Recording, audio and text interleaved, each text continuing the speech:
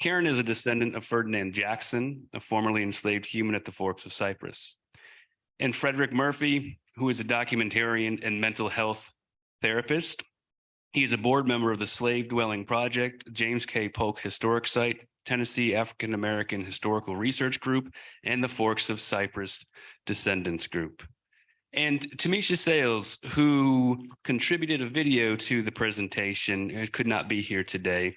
She is the co-founder of Educational and Community Strategies and a veteran nonprofit professional with over 15 years of working in diverse communities to address the consequences of poverty. As a PhD candidate, her research focus is equity and inclusion and the intersectionality of identities and the Black experience inside organizations. Tamisha is a descendant of Richard Jackson. So our presentation is going to cover the Forks of Cypress in Florence, Alabama, and the people who were enslaved there. This project has been ongoing, I would say, for the past 3 or 4 years. And I know that Frederick and Karen had been working on it for a long time before that. But our objectives today are to depict the migrations of enslaved humans held in chattel slavery at the Forks of Cypress, share Forks of Cypress documentation, pictures, and histories, and provide information on the steps descendants are completing to preserve the history of those enslaved at the Forks of Cypress. So our story today begins in Florence, Alabama, and I'm going to provide a little bit of a context for what we are talking about, so this kind of makes sense. And so the research that Karen and Frederick and Tamisha are going to share kind of comes together. So we're talking about Florence, Alabama, which is in the northwest corner of the state. It's about 20 miles south of the Tennessee border and about 30 miles east of the Mississippi border. Our main themes for talking about Florence here, Cherokee and Chickasaw removal, the design of removal, and cotton. And so the overlap of those and how they bring about the Forks of Cypress and this economy in Northwest Alabama are really embedded in this conversation. So here's Florence. It's right behind me in the corner, right back up here. This is the Tennessee River on the map up here.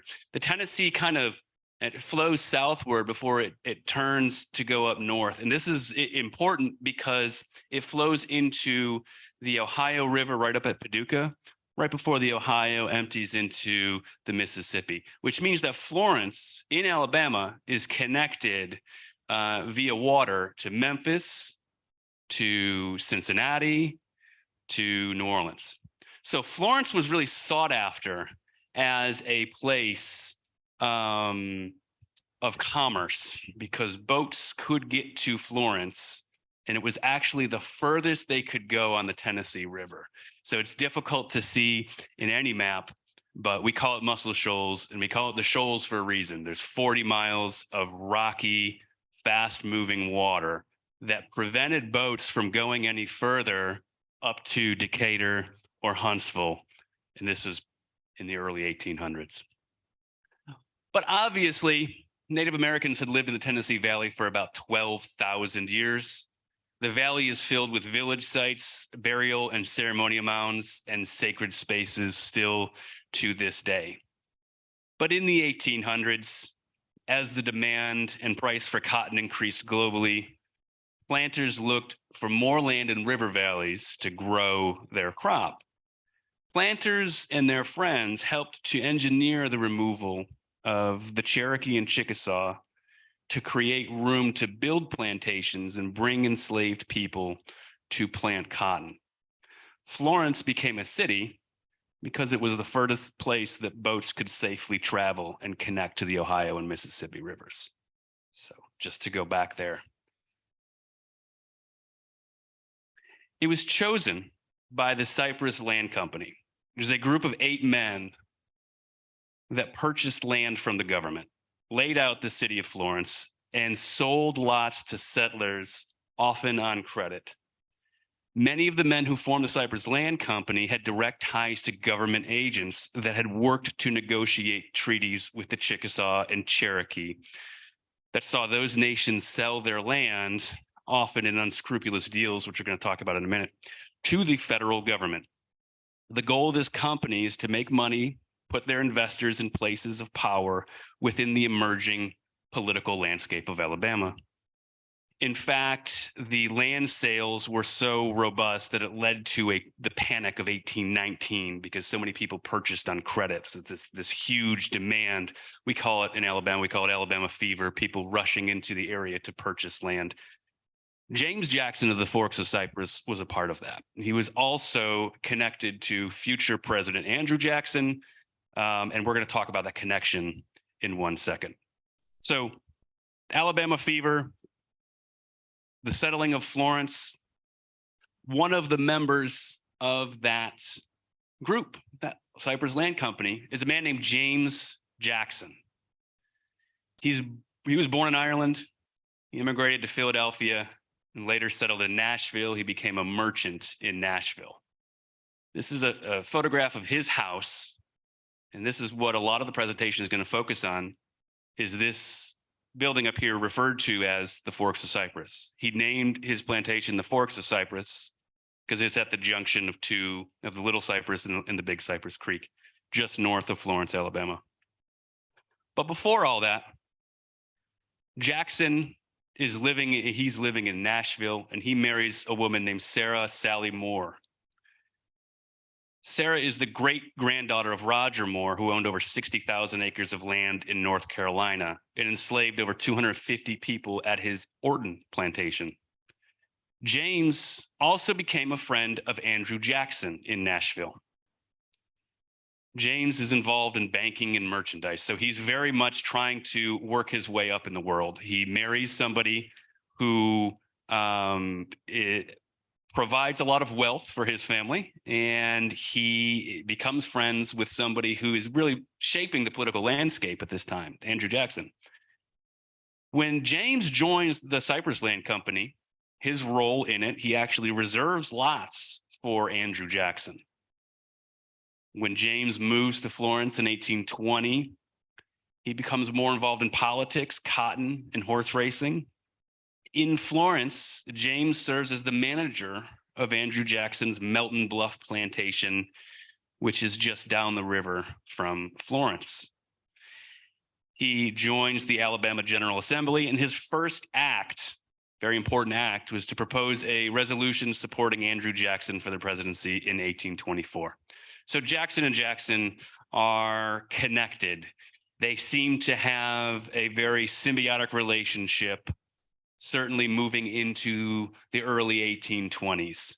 We're going to take a look at what one case of their interactions together, okay?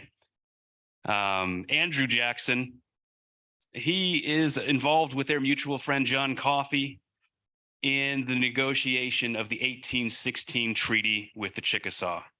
Andrew relied on James Jackson's wealth and connections to bribe this treaty into existence. And it kind of looks like this. George Colbert, who was the son of a Scots-Irish trader and a Chickasaw woman, and was the main point of negotiation for the Chickasaw and sought after by Coffey and Jackson. He agreed to deed his reserve in Lauderdale County to James Jackson in exchange for $20,000 in merchandise from a man named Thomas Kirkman, who was James's nephew. Kirkman was somehow reimbursed by the government. Jackson eventually deeded the land to the government, and they were able to get Colbert to sign the treaty. This was later used against Andrew Jackson when he was running for president as an example of his unscrupulous practices. James Jackson is helping him every step of the way to rise in the political world. However, they break up and their relationship devolves. And Andrew, it is said, one source cites that the difference over tariffs is a reason for the deterioration of their friendship. I'm not exactly sure. Regardless, they both remained quite wealthy and quite powerful. But James ended up supporting John Quincy Adams for president. James Jackson used his wife's connections, we think, to bring nearly 100 enslaved people to his Forks of Cypress plantation in Florence. The plantation's profits were used to import racehorses, which in turn were raised and trained by enslaved people and continued to add to James Jackson's wealth. So James Jackson became this iconic figure in Florence, Alabama history. His house remains an iconic landmark, even though it's been burned and non-existent since 1966. The house burned in 1966. People still know where it is, where the location is. Even my college students know that it's a historical landmark. Again, even though you can't go there, it's not open to the public. Part of the reason is it's been built up in the memory of the history of Florence and cemented in replicas such as the one right behind me.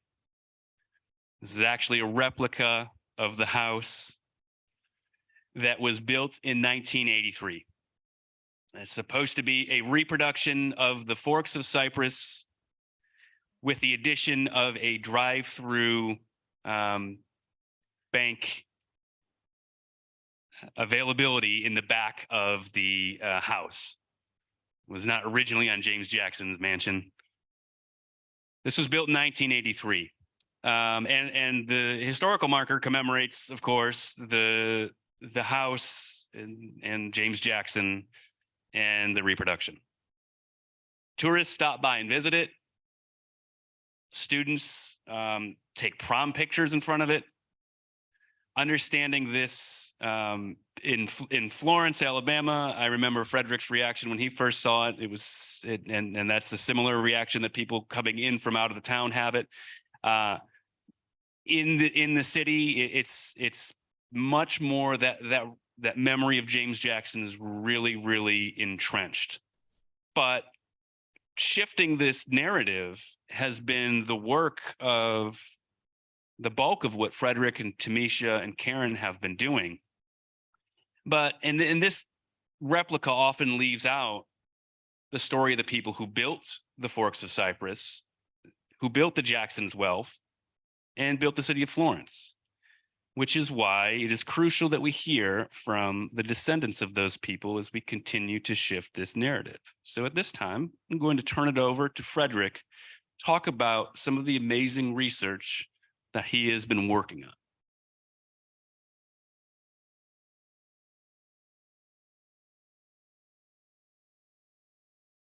All right, so Karen and I are going to tag team this thing, if that's all right. Can y'all hear us? Can you hear me? Can? Okay, good.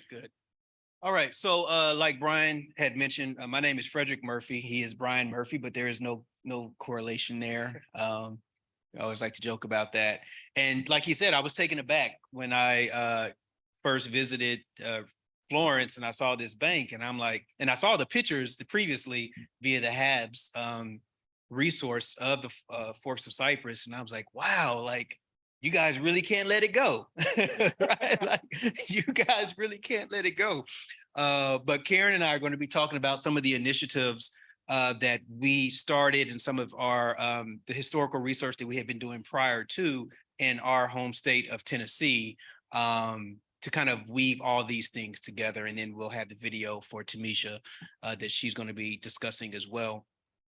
So you have to talk about these different migrations, of course, with enslaved families, because, of course, the individuals who were enslaved did not have any control, of course, over their person or where they ended up.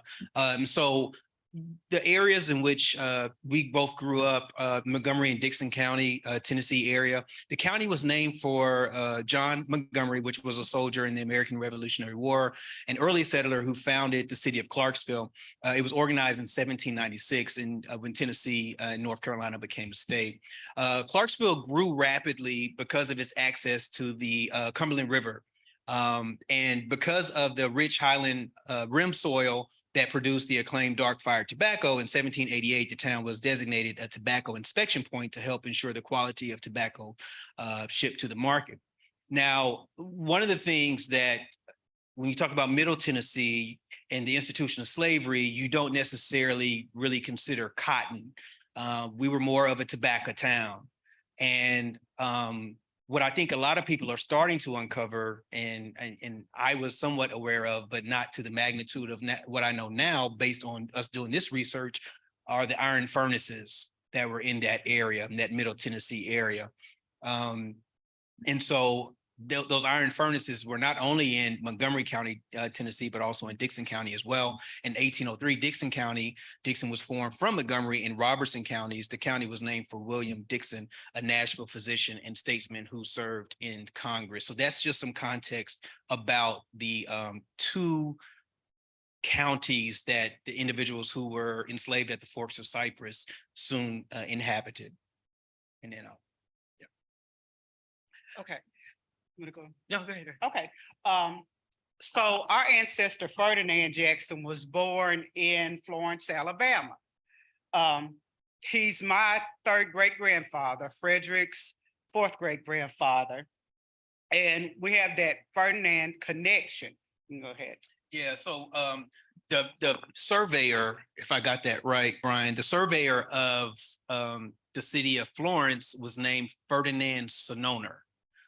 So that was, you look at it and you're like, oh, well, you have an enslaved individual who has the same name as the pretty much the founder to a certain degree of this place who surveyed this. So that was kind of like a aha moment there, right? And we'll get to how we found out that Ferdinand was there. And so Sononer was born in Tuscany, Italy, and he was an engineer. Now, something to be very that I think we have to be very conscious of is that our Ferdinand wasn't named James Jackson. He wasn't named after any of the children of the Jackson family. He was named after, of course, the surveyor of this whole town, right? So keep that in mind as we kind of move forward. And this was the Ferdinand Jackson family tree. Right. Ferdinand was married to an Eliza. We found Eliza, Elizabeth, Betty, all three names for the same person. Okay, so they had the children, Eliza or Elizabeth, Joseph, Anthony, Micajah, Francis, Rachel, and Lou. Okay, so Francis Frederick and I are descended from Ferdinand's daughter, Francis Jackson, who married a man named Jacob Ramey. So that's our lineage for Ferdinand. Keep that Ramey name in mind because you are going to hear it again. And I have to give a shout out to my cousin because she is the cemetery queen. Okay. I like dead people. We were running around yesterday in the area and got to hit up those cemeteries. So that's her thing. And it's helped tremendously because that's how we were actually able to identify all of these people who were Ferdinand's descendants. So what we have come to find out is that, remember I mentioned to you the iron furnaces. First off, were a lot of people aware of iron furnaces, the work of iron furnaces and enslaved individuals, right? So we have a couple of people that are like, yeah, right.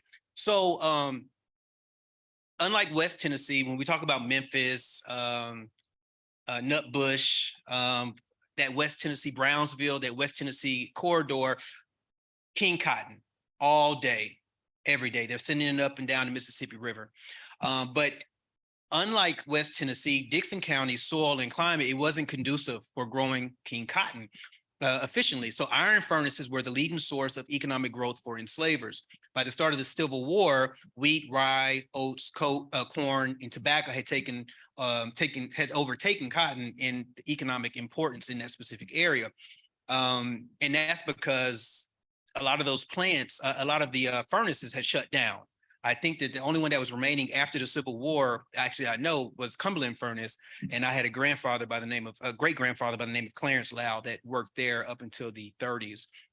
But both the industrial and agricultural industries were powered, of course, by enslaved labor. This is not to draw a comparison as it relates to the institution of slavery, but I want to give you an understanding of what the iron furnaces were. You don't cut off an iron furnace. There's not a switch, okay? These have to be working 24/7, which meant you had to have what? Labor 24/7. So when we talk about large plantation sites, in Middle Tennessee, and specifically where we were at, there weren't like these massive Gone with the Wind plantations where you just had hundreds and hundreds of individuals, but at the furnaces you did. And you had to have that because of the simple fact of the sheer volume of work output that you had to get.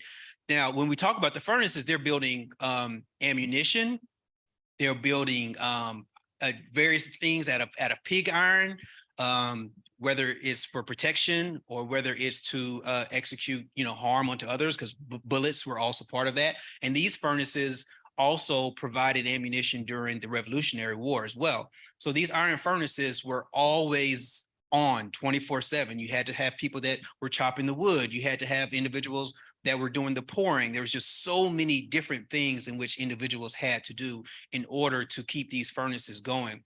And what we've come to find out is that a lot of these furnaces actually had some of the last surnames based on some of the records that we have of the individuals who were hired in.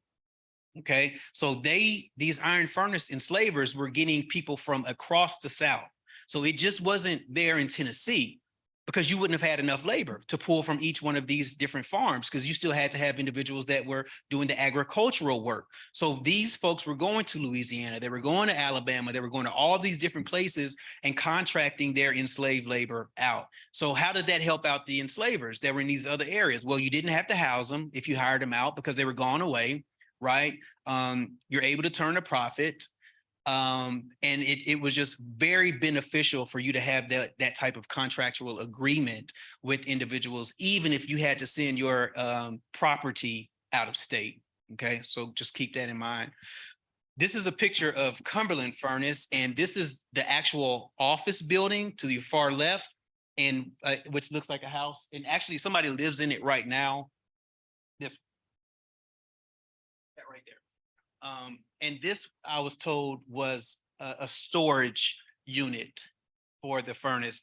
I'm actually going to try to get us in there. I have a connection with the person, and so hopefully we'll be able to get in there. This is another picture of it. And this is one of the cabins that's out there. Do you want to speak to this cabin? This is one of the cabins that there used to be three up until I think the 1990s that you could see at Cumberland Furnace. And we know that one of Ferdinand's grandsons lived in one of those cabins for a time, Uncle D. So they were very prominent in Cumberland Furnace. And I think they were probably the last slave dwellings in that area. And there's one standing right now. Yeah. Now the locals won't call it that.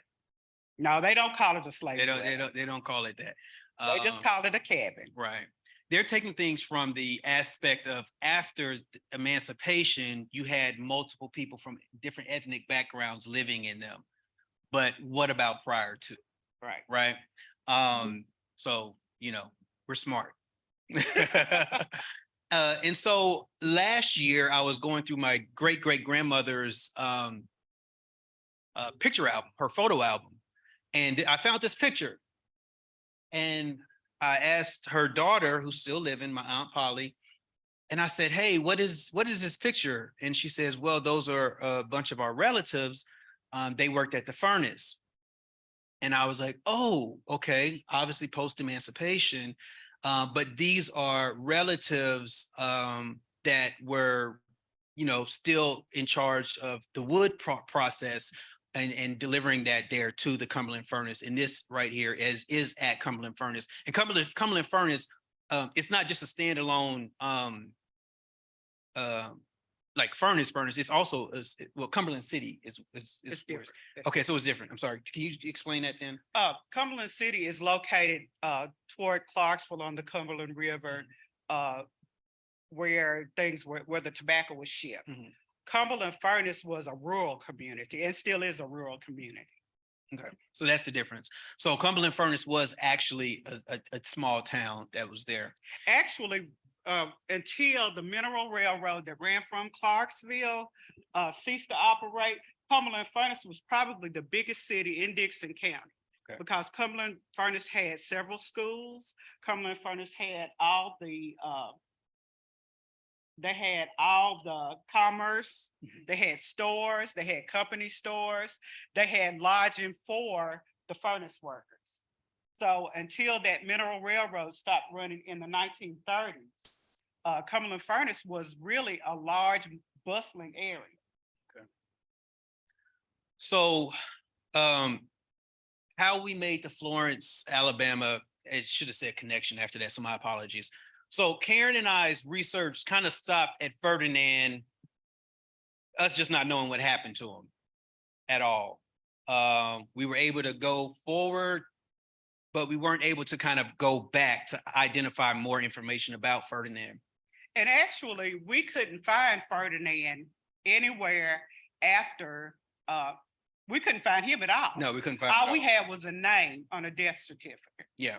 That's all we had. We found Ferdinand's family, who we descend from.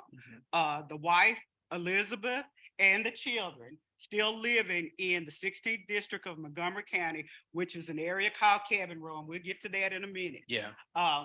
So we found his family, but we didn't know anything about Ferdinand except for that name on that death certificate. Yep.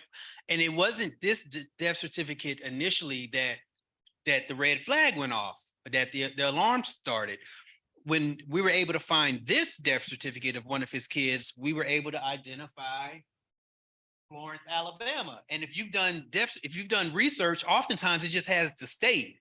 It doesn't necessarily always give you the city. Right. And so when we found that, that was a whole new ball game. Whenever you're able to actually have the city that an enslaved individual was born in, and it was separate from the city where, the present place in which the person may have been.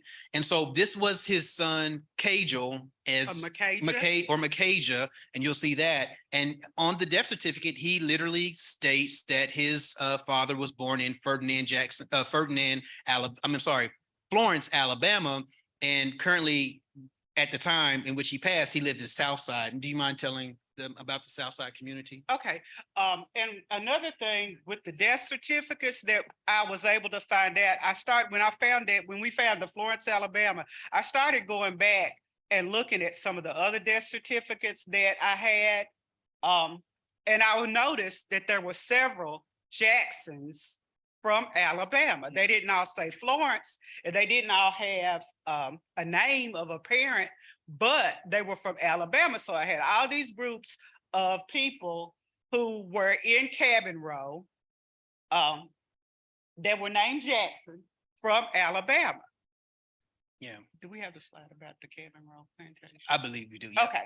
Yep. I do. I believe we do. Actually, you may want to go into I had to shorten it. Okay. So you may want to go into the Cabin Row plantation. Okay. So the area that we're talking about in Montgomery County, South Side, is called Cabin Row. The Cabin Row plantation was a plantation that was a land grant to a man named John McAllister. John McAllister died in 1836, I think. At that time, John McAllister freed all his slaves. He designated 1,000 acres of land for his McAllister slaves in Montgomery County.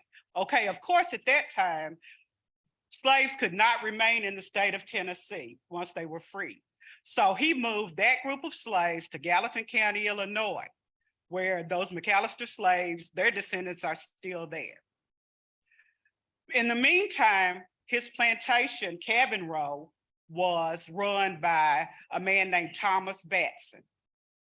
Once Thomas Batson controlled plantation because he did have a son who died shortly after, but he had a granddaughter named Eliza. Once Eliza became of marriage age, she married a man named Solomon Ramey. So that's where the Ramey comes in. Solomon Ramey, since there are no slaves hardly at all left at Cabin Row, he goes to plantations in Virginia to get slaves for Cabin Row. So most of the Ramey slaves, when I looked at those enslaved individuals' death certificates, they're from Virginia. So you have Virginia, Marion, Alabama, for the most part in Cabin Row. Yep. And there's a twist to that as it relates to Solomon Ramey and the Jacksons, and you'll get to see that here shortly, because yes, Virginia was a place in which he did, bring back more enslaved individuals, but here recently we were able to find out some more stuff as well. So with a little help from friends, Boy Scouts and John Church, I reached out to this individual after doing a bunch of Googling about Ferdinand Jackson, and in the Forks of Cypress, found out that there was a surname connection to the Forks of Cypress. This man sends me this list of 1840, and also the Boy Scouts did a great job of the cemetery cleanup down there, and he just sent me boatloads of information. And I'm like, man, this is absolutely amazing. And this is a picture of one of the slave dwellings on the Forks of Cypress plantation, and one of the descendants of James and Sarah Jackson, who I believe is watching. So, hey, Curtis, how you doing? Curtis had sent us this photo, and she's just been a great help as well. But if you look and see, you have Eliza Croft that's up there. And then you have our Ferdinand Jackson that's right there where the arrow is. And then you see a Micajah Jackson. Now, remember earlier, the death certificate of his son said Cajal, right? So we're going to be putting these two and two together. So the Elizabeth or Eliza that we were talking about earlier that Ferdinand had his children with, on either her death certificate or it was on something, but it said Eliza C. Jackson. I'm sorry, Eliza C. Jackson. You didn't really give your enslaved individuals a middle name, right? So we are under the assumption that this could potentially be Eliza Croft. Okay, now this is purely speculative, and I think it's a good educated guess, but it could be this Eliza C. Croft right here. And this is the 1840 list for James Jackson. He passed in 1840. So this is an inventory of James Jackson's enslaved individuals here. And then we found out about a year later that there were a couple of plantations that he had owned, and this one was at the Coopers. So this is another plantation. If you see all of these names of his enslaved individuals, and the numbers behind it is their value, quote unquote, right?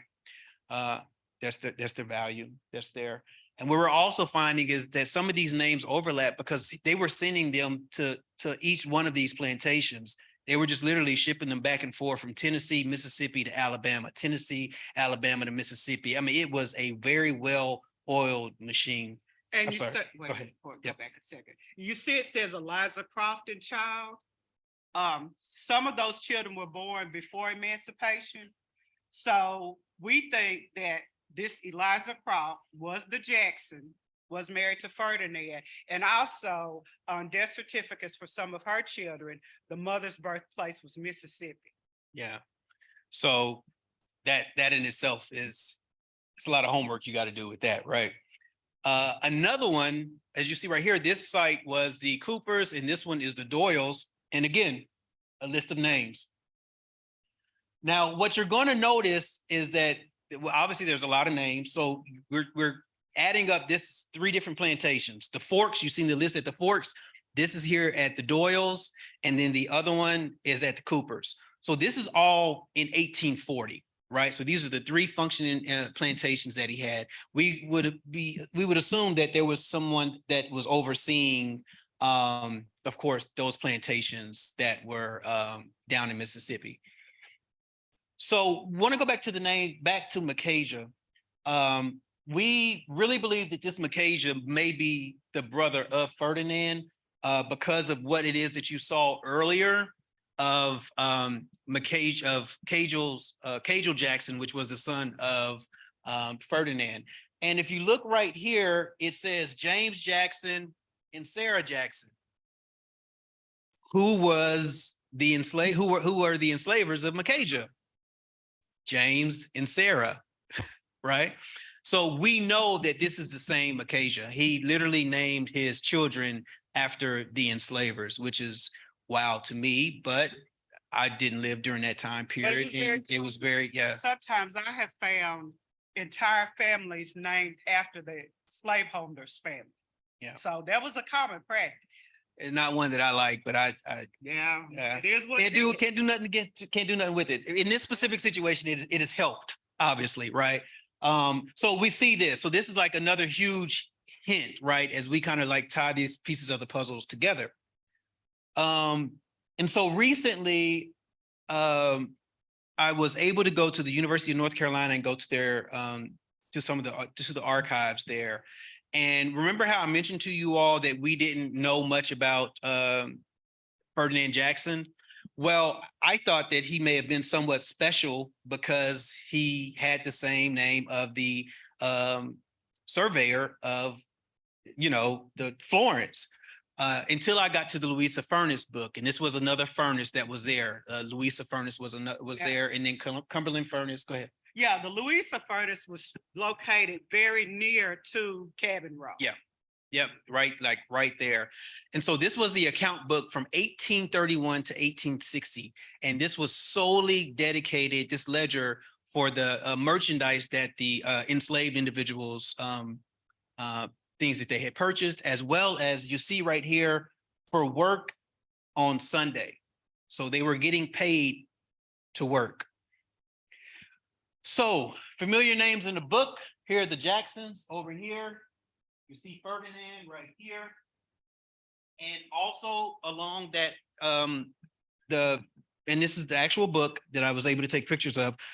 A lot of those names, Reuben, Charles, Alec, Little Abe, all those names were on the Doyle's or either the Forks of Cypress 1840 list.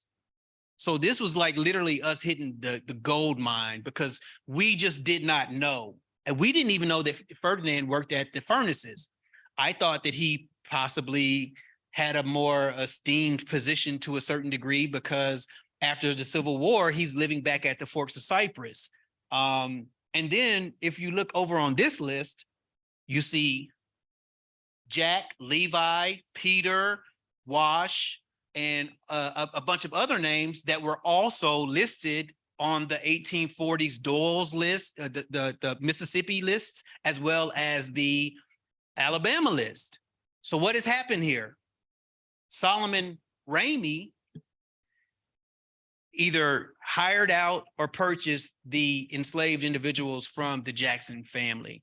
So the surnames have switched. These are mostly relatives or were enslaved by the Jackson family at some point, but now some of them are taking the Ramey surname versus the Jackson surname.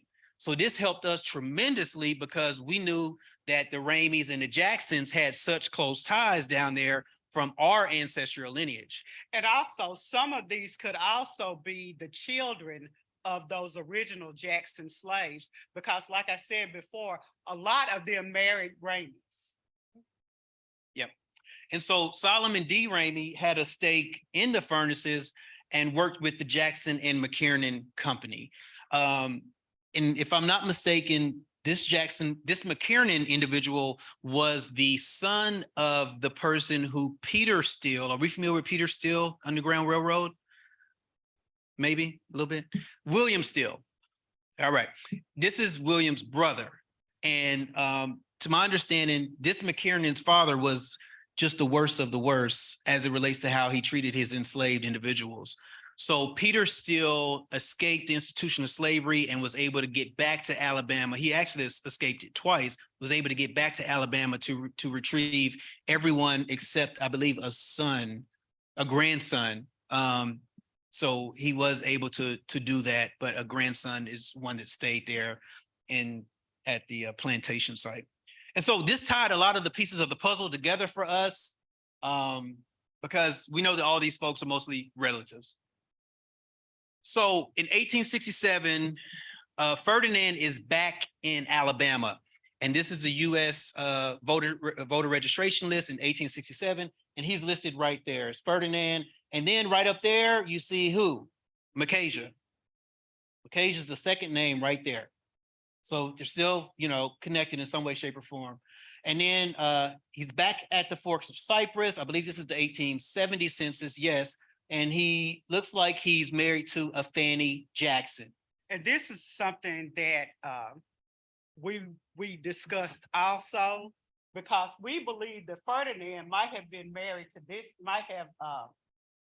married or known of this Fanny, because his daughter in Tennessee, who is my third great grandmother, is also named Fanny. Yeah. So he did, all the names just keep passing down. So this could have been a love interest before he left the Forks of Cypress. And then as you see right here, 2 doors down on the same property, we've come to find, is Sarah Jackson. She's 80 years old. If you see her net, the $20,000 in 1870, you amassed that type of money, you were in some type of business, right? And as you see right there, North Carolina is her birthplace. There's an Orton family, and the plantation's still there. The Orton plantation is right outside of Wilmington, North Carolina. So she came from a long line of money. They call it the Orton dynasty down there in North Carolina. And then you see other Jacksons that are right here as well. So they were all still living at the Forks of Cypress.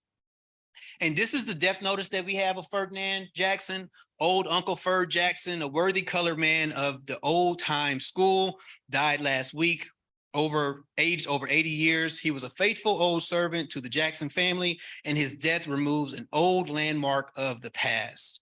So let me say this, with a lot of the research that we've done, most of the people that worked at those iron furnaces didn't live past 50. Right. Bodies were done. I mean, what we found in some of those, Ferdinand had worked 59 Sundays up until the time that I stopped researching in that book. I got to go back, but up to 59 Sundays. And I think that the pay that he would have received was like $24. And the days were 14 to 16-hour days in the furnace. This is a trip. It's no different than sharecropping and tenant farming for a lot of families. Guess who owned the stores to where you had to purchase your goods from? Cumberland Furnace had a store. So in the book, he's literally purchasing things, shoes, shirts, et cetera, from the very same people that had him enslaved. So you're just putting it right back into that economic fabric. So, it's a win-win for the enslavers, right? And these are Ferdinand's grandchildren. These are some images that we were able to receive from various different outlets. I have their names. I just don't have them on there. Some of them were school teachers. We do know. Was he in the fire? Did he work? Yeah, he was in Clarksville. He was Fleming. He was a great grandchild. Okay, this is Fleming. He's a really tall guy. This is Fleming. And he was a great grandchild. Dora was a grandchild. This is Dora. And this was Eliza. Okay. That was a grandchild. And those are her children. Yeah. And so we suspected this was taken in Montgomery County. This one right here for sure. They probably all were. The person at Austin P, I'm sorry, not Austin P, but the Customs House in Montgomery County, Tennessee, there was a descendant that donated these. I don't know who that descendant is, but they blessed us and passed this information over so we can have some type of visual context of what Ferdinand's offspring look like outside of us. So that's our portion of this. And now we will roll over to Tamisha's because she recorded hers.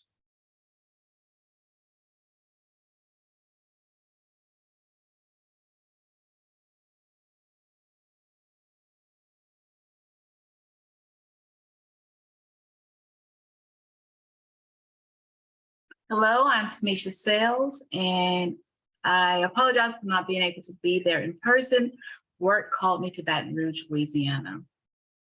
But I'm here to share my part of mending the fork in the road at the Forks of Cypress by video. So in doing this work, my family and I, we are able to trace 3 generations back to living at the Forks of Cypress. My great-great-grandfather, Richard Jackson, Simon Jackson, and Alice Jackson. Now, in researching family history, you can be all over the place. So this is what I bring to this project. This is what guides my work and knowing where to start researching my ancestry. One is that my mother, Virginia, she is the only child. She is the last one born with the name Jackson. My time is limited. As we get older, my time is even more precious and limited with her. So there's a sense of urgency to this work. Also, there's a need to document this for future generations. And, you know, I have children, my siblings have children, and also to share it with my mother, because doing this work, she doesn't know everything. She just knows what she can remember. And so if we can just make a comprehensive picture of our family history, as comprehensive as we can, this drives the work, you know, because all of our ancestors need their stories told. So in this work, we use family lore to guide where do we start, you know, where do we start? So my great-grandfather, it's been told down through generations, how he loved horses, how he was a firefighter. And also we have, we know that he was murdered in the streets, horrifically. So we know this. Also through generations was that James Jackson is a grandfather, the enslaver. This is the same gentleman that was, that is the father of Queen Jackson. Even before the books and movies, this was part of my family story, that Queen was a relative. Also, my grandfather, Alex, he would share vivid stories with us about living in a log cabin as a young child with his father, Simon, the whole field, plantations, and the log cabin set at the side of the big house. My grandfather would share stories like this. He would drive us down past the plantation, the Forks of Cypress. He would share this with us. Also, my grandfather would take my mother on trips to visit an older white lady on Tuscaloosa Street and call her cousin and do things around the home for her. And we know that this woman who lived in the house on Tuscaloosa Street had children in California. And why Tuscaloosa Street is so important is that we know that James Jackson's children moved to Tuscaloosa Street eventually. So all of this that I bring to this project, it builds off of my niece's work, my mother's work, and the work that my sister all initiated way long before I got started. Also, my mother has a photo album that her father passed down to her, which has been very helpful. We have photographs of my grandfather's young child, of my great-grandfather and his wife, other actual news article clipping of my great-grandfather's murder, all of these clues. We have photographs of postcards and photographs with addresses on them. So these all family albums provide us with clues. So I'm thankful to have that as a part of my work. So 3 generations tied back to the Forks. So I'll begin with my great-great-grandfather, Richard. This is an individual that's been told through generations that to be the illegitimate son of James Jackson. Now, Richard Jackson has been hard to find in documents. It's just been elusive, which is not uncommon to this work. The first time we're able to identify Richard is in an 1875 marriage record when he married his wife, Winnie. And inside this document, he does not list his parents. He does not acknowledge his parents. We then see Richard again in the 1880 census, living in a household with his wife and children. He's listed as a mulatto. Then a final time in the 1910 census, living in a house with his wife only as a mulatto. being a part of this Descendant project with Frederick and Brian and Karen, I was able to receive estate inventory of James Jackson, slave records, and I looked for Richard Jackson.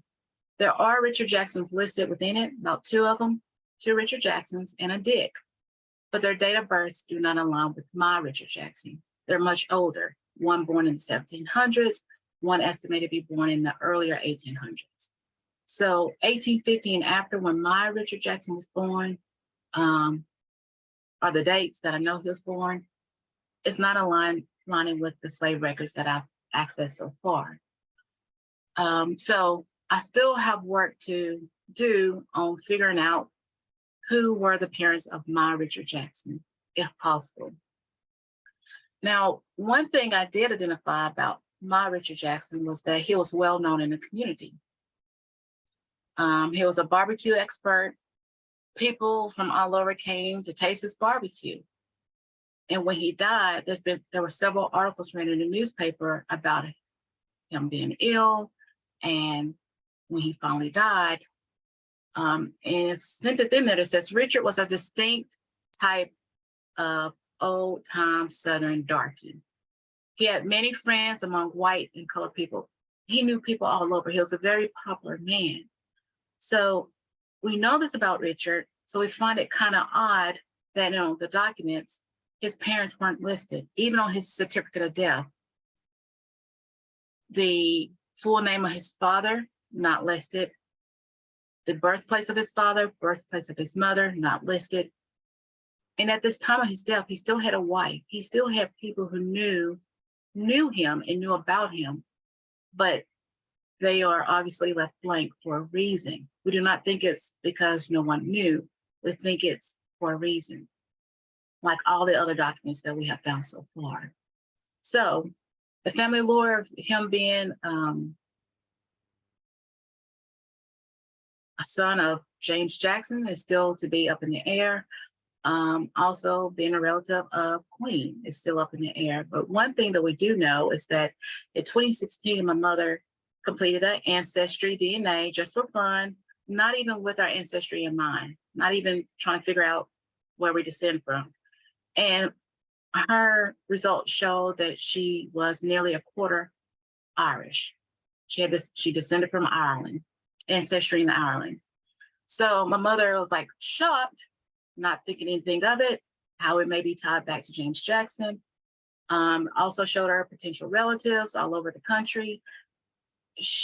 Mother did it and she just put it on the shelf. So now we're pulling back out that ancestry DNA and we're trying to go from there. So we still have much to figure out about Richard. Next, Simon Jackson, Richard's son. We know that he was born in Alabama at the Forks about 1886. And the family lore was that my grandfather loved horses. He worked the horses on the plantation, but he also worked the horses as a fireman. He was a firefighter and he maintained the horses. And so that was a starting point. So as we're coming through our census, we found in that 1910, my great-grandfather, Simon, listed his occupation as being a fireman. So that is true. He was a fireman. So that was our family lore. So we're excited to see this. But what do you do with this information? Because growing up in Florence, we've always known, what's always been publicized, another Black gentleman as being the first Black fireman. He was sworn in as a fireman in the 1980s and he recently retired. And so the whole entire city has acknowledged him as being the first Black fireman. But now my family has the 1910 census to back up our family lore. And so we're not trying to get on the newspaper or anything. We just share that with the city of Florence to see what their records show and their input. But, we sent it over. Long story short, we're getting a runaround, we're getting empty promises, and it's just like a tug of war. So the lesson is this: although we are tracing back our family history and putting the dots together, and doing so, it will cause others to rewrite their story that they hold. So my family is like, okay, we've known our great grandfather as being the first Black fireman or being a Black fireman in Florence as early as 1910. That story right there alone is causing the city of Florence to rewrite theirs, which may make some uncomfortable. And if we feel like we're being silenced or ignored because we reached out to them several times and we've had promises and nothing, no response, a lack of response, should I say. And we understand that because there's been newspaper article, news story after news story about another gentleman being the first Black fireman, but then we have records to contradict that. So we understand that it's causing them to rethink or reshape their narrative of their fire department. Then finally, when we step back and think about how difficult it is to trace back our history, things are missing, unknown. When you look at, just plot it out on the map, in the green, that's where the Forks of Cypress is located. And in the pink in the center, that's my childhood home, only a few miles away from the forts. And then the orange is where my mother grew up, just a few miles away. I went to school where the yellow is, elementary school. So although we never moved far or migrated far away from the Forks of Cypress, our stories have still been lost. Our stories have still been ignored, and it's still difficult. So doing this work, you may end up with more questions than answers, but the answers you do get can bring you joy, but also can force others to rewrite their narrative. So those are some lessons I've learned in this journey of tracing back our ties to the Forks of Cypress. Thank you.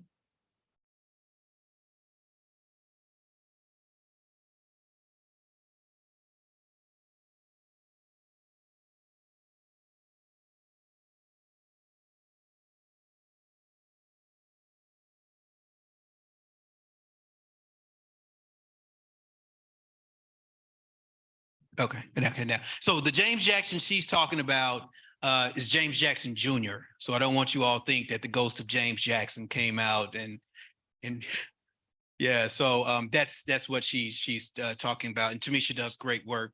I'll say this: Karen and I in 2019, so the year before the pandemic, were blessed with the opportunity to go to the community there in Florence, thanks to the connection with Brian.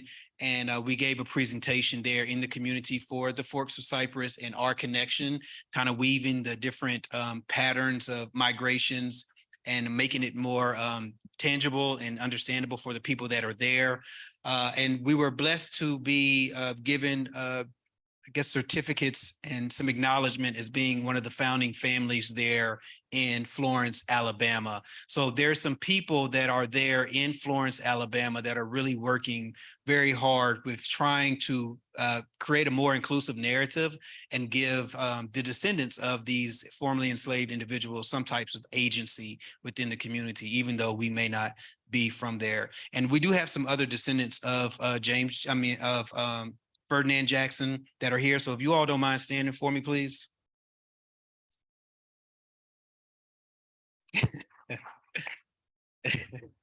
I put them on the spot. They didn't know I was going to do that. But in closing, what we had decided to do is we wanted to do some outreach. Tamisha is an individual that we met who we know had individuals enslaved at the Forks of Cypress, and there was a few others. And so we started this group. And this was a letter that we just simply sent out discussing various different things about the Forks of Cypress and some hints of or some suggestions of what it is that they could do to spread the word. Shows Black history is something that Brian and is it just you, or do you have some colleagues that are working? And Lee Freeman, who's at the library there, does great work. So we wanted to give individuals some resources and where they could potentially find out more information about the Forks of Cypress, as well as just Black history in general there. So we've reached out to churches and just a lot of different individuals. We also identified some of the surnames right here.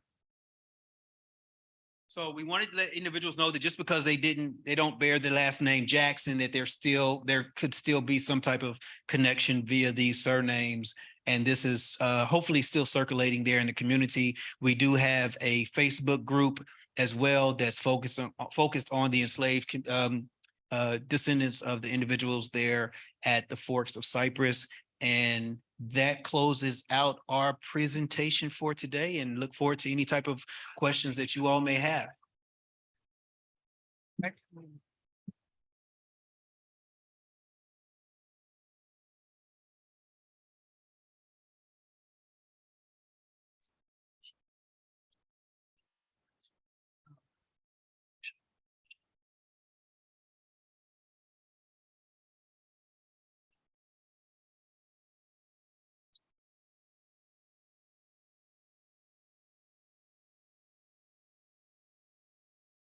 Hello, hello. Yeah. So we'll be doing our Q&A session right now. So any of you who have burning questions, get them ready. Thank you. I really enjoyed the presentation. I just had a quick question. In the Mississippi plantations you were talking about, the two different ones, I think one was Cooper, and I forgot the other one, but Doyle's. do you know what the current towns are of those locations? I think it's the county of Batesville, Batesville, Mississippi. That's a town, right? It's that county, I believe. I believe it's Batesville, Mississippi. Mm-hmm.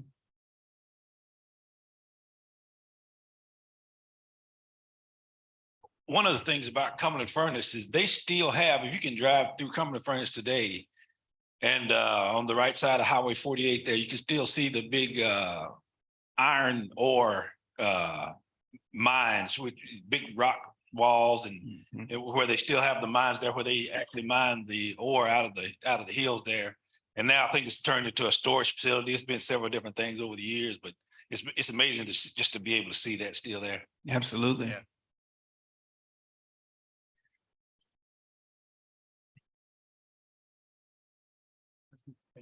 Okay, so I was looking at the thingy on there with the surnames for the slide. The slide where it said had the different surnames, and one of them was Cannon. So I went to Virginia State University, and while I was there, I met a couple of Cannons from the Virginia Beach, Tappahannock area, and I actually got a call from one from Tappahannock, and I'm just wondering how close in relation the Bainhams might be to the Cannons, because one of them is actually one of my good friends from Virginia State. He lives in Virginia Beach. Closer to the Is it likely? So we received this information from one of the descendants of James Jackson as it relates to the surnames. If you keep on going, right there where it says say their names, is that the one you're talking about? Yep. So I can definitely ask her about that because she would have more information. She has a wealth of information. As a matter of fact, when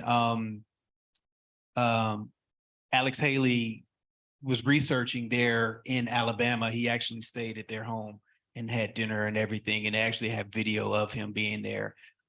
So she's just a wealth of knowledge and has really been a strong ally with us in this process. So I'll definitely ask.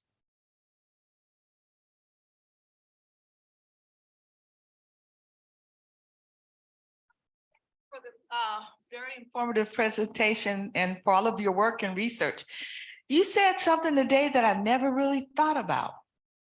And you spoke about the 3 plantations and how people were cycled through many times. Are you telling me they changed the last names every time that they move from?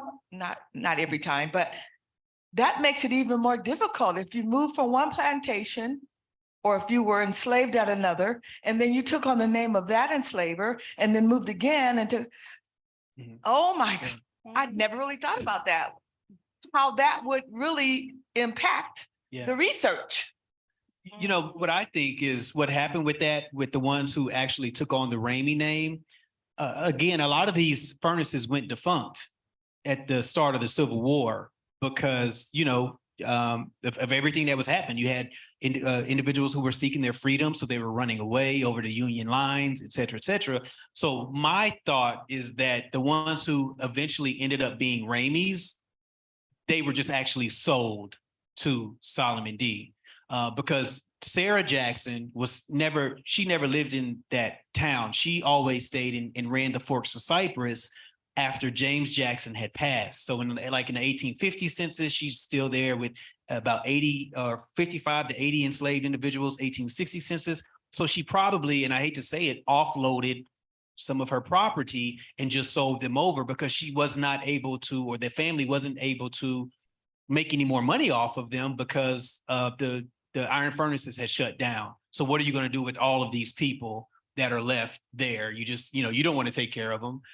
They become more of a liability at that point, and I hate to say it that way. And Solomon D. Ramey probably just purchased them at that point. That's just my assumption. It's not, anything that's rooted in a document that states that. Yeah. Hi, I would like to echo the appreciation of you all giving this presentation. It's really informative and powerful. And, when you talk about taking the narrative and owning the narrative of the descendants of the individuals who were enslaved, I wonder if you've been able to make any connection with the descendants of those who were the enslavers. I heard the woman talk about, the cost of shifting the narrative and the pushback that really is pushback that she's received from trying to acknowledge her own, great grandfather and his role as a fireman, as the first Black fireman. So has there been any discussion or any kind of collaboration with them, or has it been kind of continued pushback? Because I do, the quote I wrote down is the cost of others rewriting their narrative can be really powerful, but is really something that you have to continue to push against. We have one sole person, Curtis. Curtis Flowers. Curtis Flowers is our sole person that goes to bat for us. She was able to give us access to the actual plantation, and which the pillars still stand. The rest of the house is gone, but the pillars are still there. So we were able to go there. But Curtis Flowers is our person who has been there with us pretty much every step of the way ever since we have made connection down there at the Forks.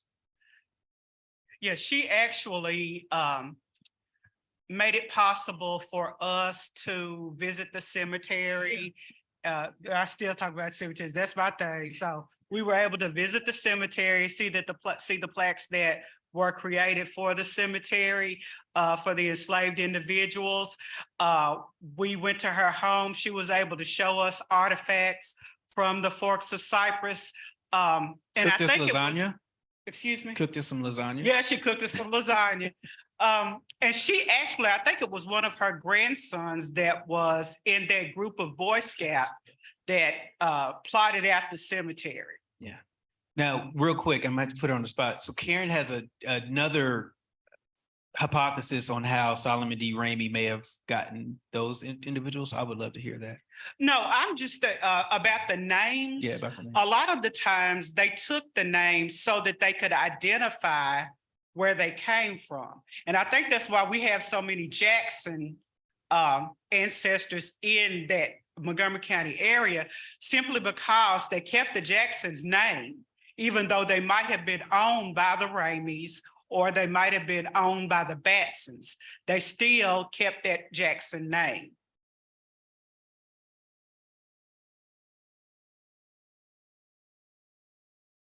Hello. I also want to thank you for providing such wonderful information this afternoon.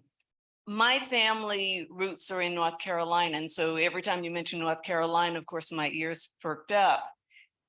You mentioned an Orden dynasty in North Carolina. I'm not quite sure I got that correct. Yeah.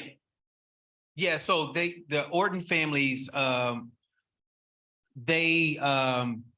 enslaved individuals were responsible for the cultivation of rice, and it is near Wilmington, North Carolina. And the plantation site is actually still there. But the Ordens were big money makers in that area. They had naval stores, they had rice plantations, and Sarah Jackson is a descendant of that Orr family out of North Carolina. Yeah, sure.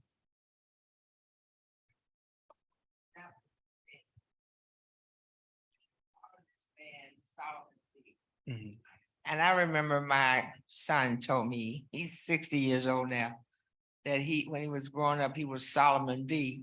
And when I looked it up, it was an African hero. Mm. So was this Solomon D connected closer to Africa? I don't think so. Yeah. I don't think so. Mhm.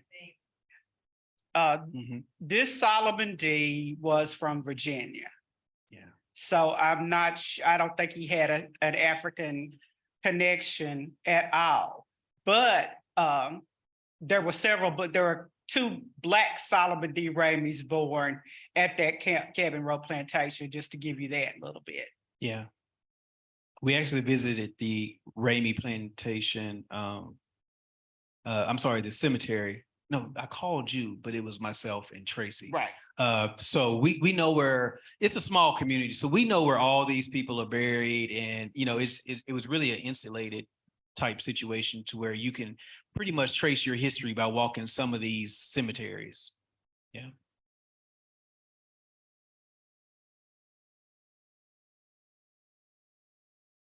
I also enjoyed the presentation for the Jackson side, but have you all done any research on the Crofts as well? We haven't found any information on the Crofts yet. Yeah. But that doesn't mean we won't. Yeah. Is that a surname that's pretty common down there? No, but there are a few in this. Okay, so he said that there's a few, but see, also she could have been, there may be a lot of Crofts in Mississippi. And because he was, you know, here, there, and everywhere, picking up, you know, getting enslaved individuals, she, you know, could have been Mississippi, because in one of the death certificates or the censuses, she is listed as being born in Mississippi. So we just don't know where, because their operation was so fluid, you know, we don't know. But I think we've made some good leeway and have tried to be as accurate as possible with the research we've had. And this is ongoing. We find new information, and you know, it seems like every day. Yeah.